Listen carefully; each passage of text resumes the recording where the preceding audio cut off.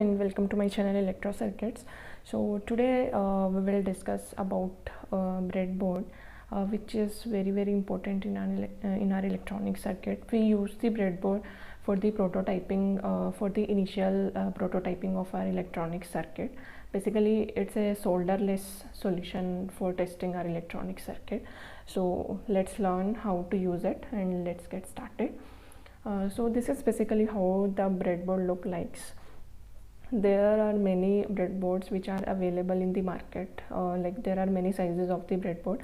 So this is the standard basically which we use in our colleges as well. So I will explain you about the breadboard in a very interesting software which is FretSync. FretSync is a open source software. I will make a separate video for this software, how to use this software, but today we will discuss about only the breadboard and we will learn how to use the breadboard in our electronic circuit. So breadboard में क्या होता है कि हमारे पास जो है 4 sections होते हैं breadboard के. ये this is the upper section, this is the lower most section, और ये जो middle one होते हैं हमारे 2 section middle one होते हैं, एक upper और एक lower होता है.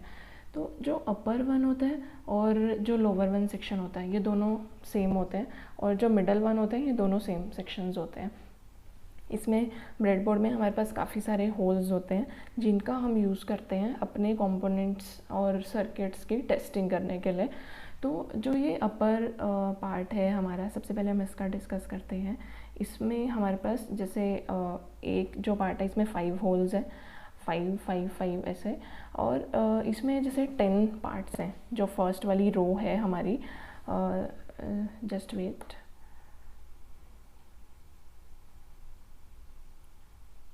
ये जो रो है इसके 2 पार्ट होते हैं फर्स्ट रो के, ठीक है. तो ये हमारा जो पार्ट है इसमें 5 मतलब जो सेक्शंस हैं ये कवर होते हैं, 5 होल्स के 5 सेक्शंस कवर होते हैं हमारे. तो ये जो पार्ट है ये आपस में पूरा का पूरा शॉर्टेड होता है. ये बैक साइड से होता है, इसे हम देख नहीं सकते, पीछे टेपिंग करी होती है. हाँ, हम वैसे देख सकते हैं अगर हम देखना चाहते हैं उसे, बट एक्चुअल में टेपिंग करी होती है तो हम उसे नहीं देख सकते. और ये जो सेक्शन होता है ये शॉर्टेड होता है.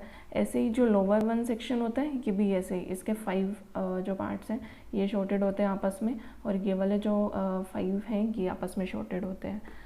लोअर भी सेम ही है, इसके ये 5 आपस में शॉर्टेड हैं, ये 5 आपस में शॉर्टेड हैं. मतलब ऐसे ही हमारे 5 सेक्शन लोअर और अपर के दोनों सेम होते हैं. और ये जो लोअर और अपर सेक्शन होते हैं इनका हम मेनली यूज़ करते हैं पावर सप्लाई और ग्राउंड सेक्शन के लिए, पावर सप्लाई सेक्शन के लिए, जिसमें हमारे VCC और ग्राउंड होते हैं. जो मिडल वन होते हैं मेनली इन पे हम कंपोनेंट्स लगाते हैं, अपने माउंट करते हैं, कंपोनेंट को इंसर्ट करते हैं और उनका आपस में वायरिंग से कनेक्शन हम करते हैं. तो जो मिडल वन सेक्शन होता है इसमें जैसे अपर में हमारी रोज़ कॉमन थी, इसमें मिडल वन में हमारी कॉलम्स कॉमन है. एक जो 5 की है कॉलम, ये एक आपस में शॉर्टेड है कम्प्लीटली. अगर हम कोई कंपोनेंट माउंट करेंगे तो हम किसी भी कंपोनेंट के दोनों टर्मिनल्स एक कॉलम में नहीं लगा सकते, हमें उसको 2 कॉलम्स में इंसर्ट करना पड़ेगा, क्योंकि एक कॉलम्स के जो 5 होल्स हैं ये आपस में शॉर्टेड है. अगर आप एक कंपोनेंट, सपोज हमारे पास LED है, मैं आपको इसका प्रैक्टिकल दिखाती हूँ. ये जो LED है आप इसको एक कॉलम में नहीं लगा सकते, आप इसको 2 कॉलम्स में लगाओगे. एक टर्मिनल यहाँ पे, और जैसा कि आप ये इसमें देख भी सकते हो ये ग्रीन कलर आ गया यहाँ पे, इसका मतलब ये कि ये सारे के सारे आपस में शॉर्टेड है, ठीक है. उसके बाद हमारे पास आता है जो बहुत ही इम्पोर्टेंट होता है, ये तो हो गए हमारे 2 टर्मिनल डिवाइस है. ऐसे ही सपोज हमारे पास कोई 4 टर्मिनल डिवाइस है तो 4 को हम 4 अलग अलग कॉलम्स में लगाएंगे. इन केस अगर हमें LED को, सपोज मतलब ज़रूरी नहीं है कि आप यहीं पे लगाओ, अब इसमें भी लगा सकते हो, बट आप LED को यहाँ पे नहीं लगा सकते. उसका रीज़न ये है कि क्योंकि इसकी जो रोज़ हैं, पावर सप्लाई वाला जो मैंने सेक्शन बताया था, इसकी रोज़ आपस में कॉमन है. तो आपको LED को एक इस टर्मिनल में लगाना पड़ेगा और एक इसमें, इस होल में लगाना पड़ेगा अगर आप लगाना चाहते हो. बट रिकमेंडेड यही है कि आप जो कंपोनेंट्स हैं उसको मिडल वन में माउंट करो, और जो अपर और ये लोअर पार्ट है इनको आप पावर सप्लाई के लिए यूज़ करो हमेशा. उसके बाद हमारे पास ये 2 टर्मिनल वाले डिवाइस हो गए जितने भी कंपोनेंट्स हैं. उसके बाद IC, ये बहुत ही इंपॉर्टेंट है. अब यहाँ पे ना एक क्वेश्चन आता है हमारे पास, इसको हम यहीं पे अभी माउंट कर देते हैं।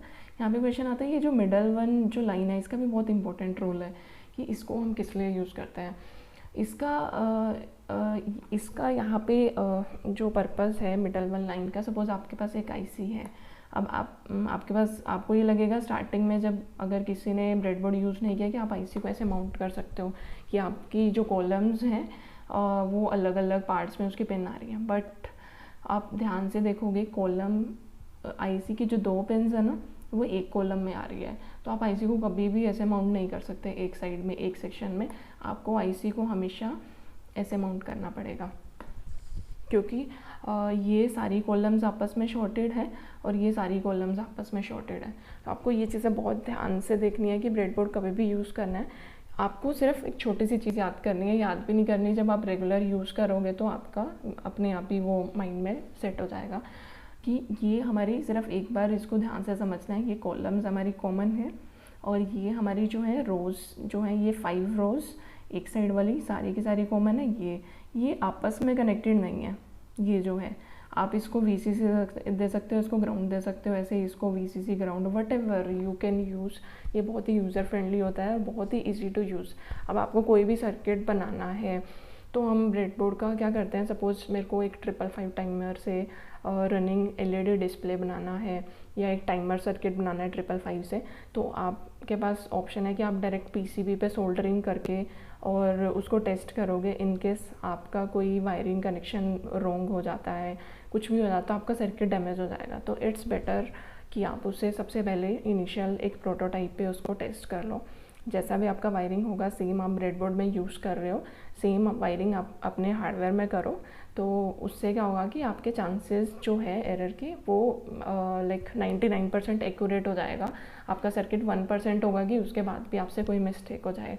सो it's always better to try to test your circuit before making any PCB or before making the circuit on the general purpose PCB. So this is basically breadboard. So there are many components in this software. It is very good software for making the schematic and all these things. So I will make a separate video for this, how to use this software. ऐसे ही आपको mainly तो यही था कि आपके 2 components हैं, 3 pins component हैं, अलग अलग कॉलम्स में उनको यूज़ करना है। आईसी को जब भी यूज़ करना है तो आपको आईसी को हमेशा ऐसे, अगर जो आईसी है आपकी थोड़ी ज़्यादा उसके विड्थ है तो उसको आप दूसरे होल्स में फिट कर दीजिए, थोड़ा सा उसकी पिन्स को थोड़ा ऊपर नीचे करना पड़ सकता है। तो that's not an issue I think. तो this is all for today about the breadboard, how to use the breadboard. So thanks for watching this video, and for more videos like this keep watching and do like, share and subscribe my channel. Thank you.